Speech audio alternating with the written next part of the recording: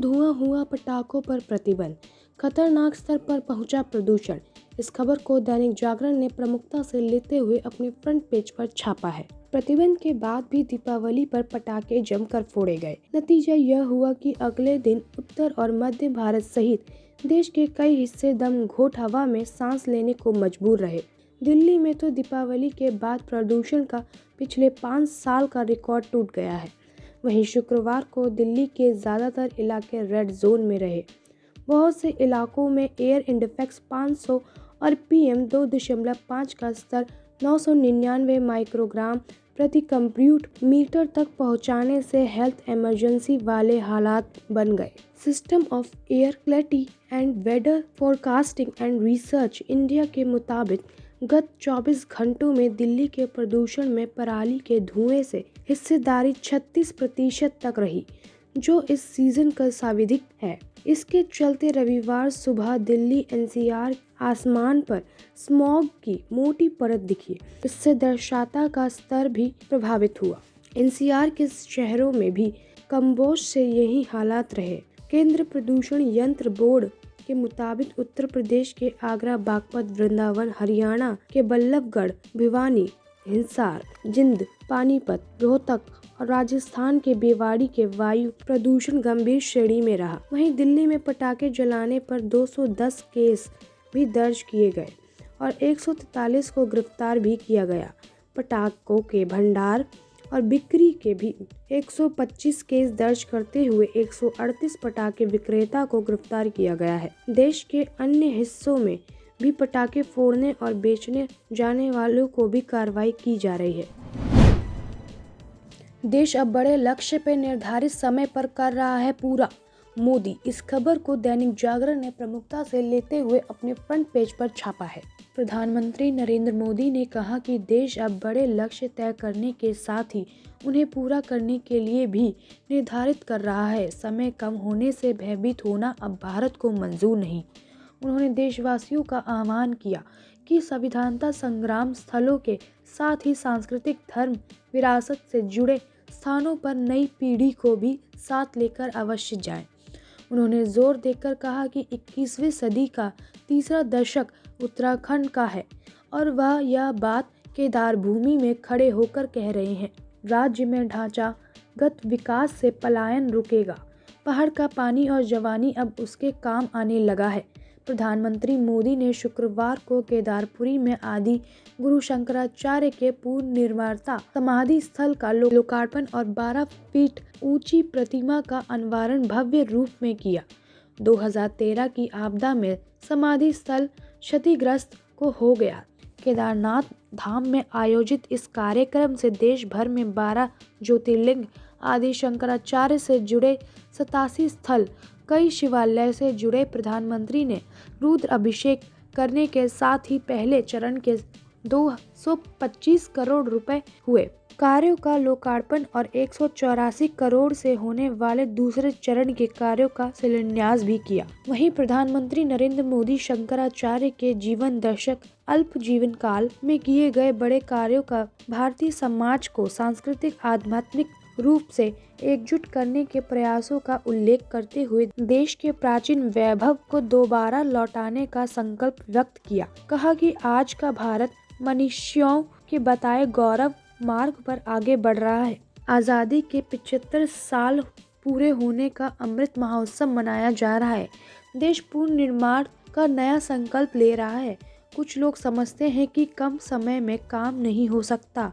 वहीं 130 करोड़ व्यक्तियों की आवाज़ को सुना जाए तो फिर काम की सीमा की बांध नहीं रख सकती। स्वामी विवेकानंद व अन्य महान विभूतियों का जिक्र करते हुए प्रधानमंत्री ने कहा कि गुलामी के सैकड़ों वर्षों के कालखंड में भी उन्होंने देशवासियों की अवस्था को चोट पहुंचाना नहीं दी। 4 धाम यात्रा 12 ज्योतिर्लिंग के दर्शकों को भारतीय जीवन काल का हिस्सा माना जाता है। तीर्थटन सिर्फ सैर सपाटा नहीं बल्कि देश को जोड़ने वाली जीवन परंपरा है। बच्चों को भी यह सीख दी जाती है। अब एक भारत श्रेणी भारत के दर्शन को अपनाते हुए आगे बढ़ा जा रहा है। इससे जुड़े स्थानों और विरासत को अब उसी भाव से देखा जा रहा है जैसा देखा जाना चाहिए। आरएन ड्रग्स मामले की जांच अब वानखेड़े नहीं केंद्र टीम करेगी। इस खबर को दैनिक जागरण ने प्रमुखता से लेते हुए छापा है। आरएन खान ड्रग्स मामले की जांच अब नैर्कोटिक कंट्रोल ब्यूरो की मुंबई टीम के बजाय केंद्र टीम करेगी।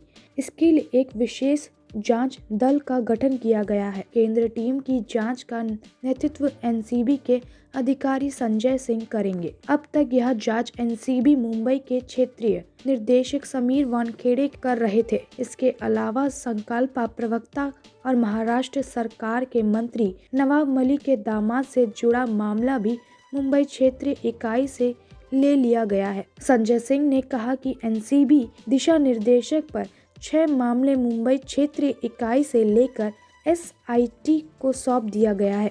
वानखेड़े के नेतृत्व में ही एनसीबी की टीम ने पिछले महीने 2 अक्टूबर को मुंबई से गोवा जा रही क्रूज कॉरिडोर पर छापा मारकर अभिनेता शाहरुख खान के पुत्र आर्यन सहित कुछ अन्य लोगों को गिरफ्तार किया था। आर्यन खान की गिरफ्तारी के बाद से ही नवाब मलिक वानखेड़े पर लगातार आरोप लगाते आ रहे हैं।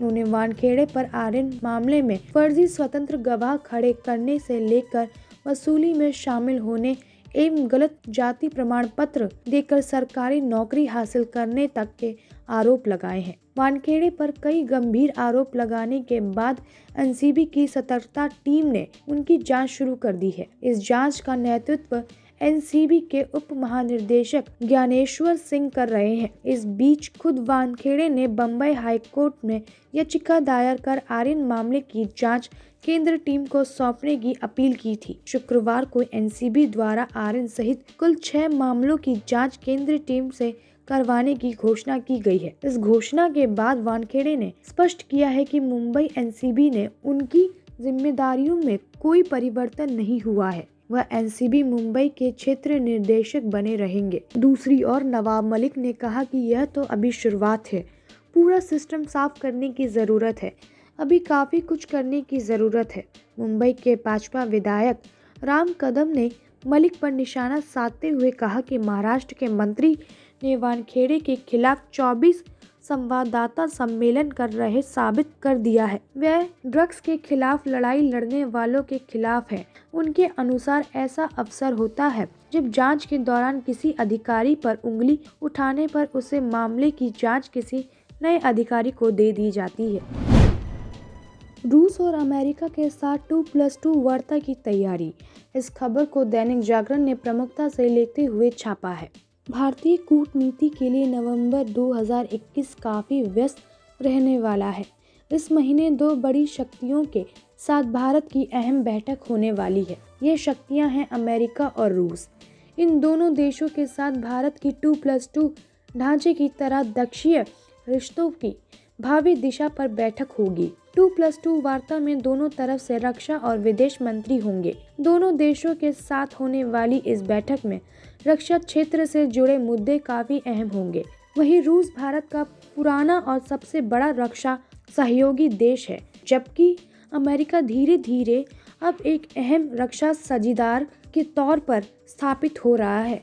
रक्षा मंत्री राजनाथ सिंह और विदेश मंत्री एस जयशंकर की रूस के विदेश मंत्री सर्गेई लावरोव और सर्गेई रूबियो के साथ 2021-22 नवंबर को मॉस्को में 2+2 वार्ता होगी। इसके बाद हर वर्ष इस ढांचे के तहत बैठक होगी। इस साल की बैठक में मुख्य तौर पर प्रधानमंत्री नरेंद्र मोदी और राष्ट्रपति व्लादिमीर पुतिन के बीच होने वाली आगामी शिखर बैठक की तैयारी को लेकर बातचीत होनी है। मोदी और पुतिन की शिखर बैठक पिछले 2 वर्ष से टलती आ रही है और इस बार इसे संभव बनाने की कोशिश दोनों तरफ से जारी है। बिहार में जहरीली शराब ने 4 दिनों में ली 27 लोगों की जान। इस खबर को दैनिक जागरण ने प्रमुखता से लेते हुए छापा है। पिछले 4 दिनों के दौरान बिहार में जहरीली शराब पीने से 27 लोगों की मौत हो चुकी है।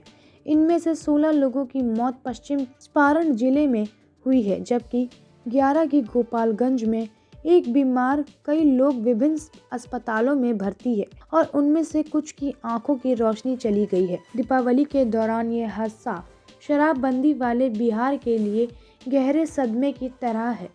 हालांकि राज्य के उत्पाद व मद्य निषेध मंत्री सुनील कुमार अभी 21 लोगों की मौत की पुष्टि कर रहे हैं। उनकी माने तो मौत का कारण शराब हो सकती है, लेकिन पोस्टमार्टम और विरास की जांच रिपोर्ट आने के बाद ही सच्चाई स्पष्ट होगी। स्पेशल टास्क फोर्स इस मामले की जांच करेगी।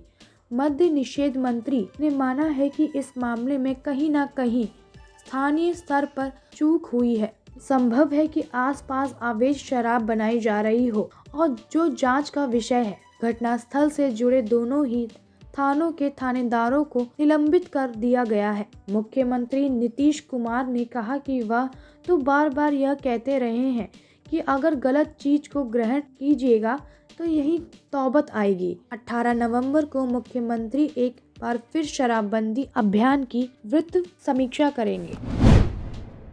भाजपा नेताओं को बनाया बंधक, इस खबर को जनसत्ता ने प्रमुखता से लेते हुए अपने अखबार के फ्रंट पेज पर छापा है। हरियाणा के रोहतक में शुक्रवार को प्रदर्शनकारियों, किसानों और ग्रामीण ने भाजपा के कुछ नेताओं को कई घंटों के लिए एक मंदिर परिसर में बंधक बना लिया है। एक पुलिस अधिकारी ने बताया कि मंदिर परिसर में मौजूद भाजपा नेताओं में हरियाणा के पूर्व मंत्री मनीष ग्रोवर भी शामिल थे। बाद में जिला प्रशासन और पुलिस अधिकारियों के समझाने के बाद प्रदर्शनकारियों ने नेताओं को शाम को मंदिर परिसर से बाहर निकालने का आदेश दिया। टीका लगवा चुके विदेशियों के लिए यात्रा प्रतिबंध खत्म करेगा अमेरिका, इस खबर को जनसत्ता ने प्रमुखता से लेते हुए छापा है। अमेरिका 8 नवंबर से भारत सहित पूरी तरह से टीकाकरण करा चुके अंतर्राष्ट्रीय यात्रियों के लिए सभी प्रतिबंधों को हटा लेगा, लेकिन उन्हें देश के लिए उड़ान में सवार होने से पहले कोरोना संक्रमण की एक नकारात्मक रिपोर्ट दिखानी होगी। एक आधिकारिक बयान में यह जानकारी दी गई है कि यात्रा दिशा निर्देशों में जांच के प्रोटोकॉल शामिल हैं। सुरक्षा को और मजबूत करने के लिए बिना टीकाकरण वाले यात्रियों, चाहे अमेरिका नागरिक हो, वे स्थायी निवासी हो या कम संख्या में स्वीकृत गैर टीकाकृत विदेशी नागरिकों को अब प्रस्थान के एक दिन के भीतर जांच कराने की आवश्यकता होगी। बयान में कहा गया है कि पूरी तरह से टीका लगाए गए यात्रियों को विमान में सवार होने से पहले अमेरिका की यात्रा के 3 दिन के भीतर पूरे प्रस्थान में रिपोर्ट दिखानी होगी। सिद्धू ने पंजाब कांग्रेस अध्यक्ष पद से इस्तीफा वापस ले लिया, इस खबर को जनसत्ता ने प्रमुखता से लेते हुए अपने फ्रंट पेज पर छापा है। कांग्रेस नेता नवजोत सिंह सिद्धू ने शुक्रवार को कहा कि उन्होंने पार्टी की पंजाब इकाई के प्रमुख के पद से अपना इस्तीफा वापस ले लिया है, लेकिन जब तक राज्य के नए महाधिवक्ता को हटा नहीं दिया जाता, वह इसकी जिम्मेदारी फिर से नहीं संभालेंगे।